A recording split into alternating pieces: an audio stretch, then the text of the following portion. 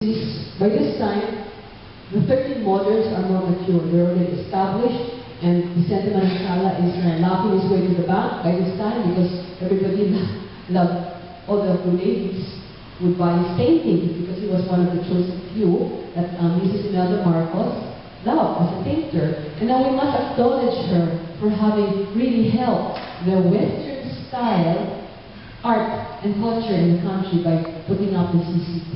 I mean, for all what has happened in our history, we must acknowledge the contribution of hers that did put an edifice, which is like the CCP, as a symbol of the Filipinos' capacity to reach the same global level.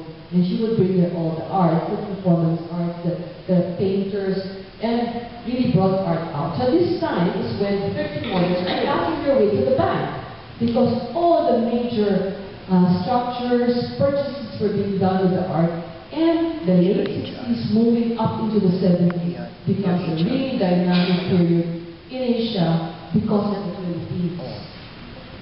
This period of the 60s and 70s, there's nothing happening in Hong Kong, in Singapore, even in Thailand. No? Philippines is central in the dynamism of new ideas, innovations, and creativity.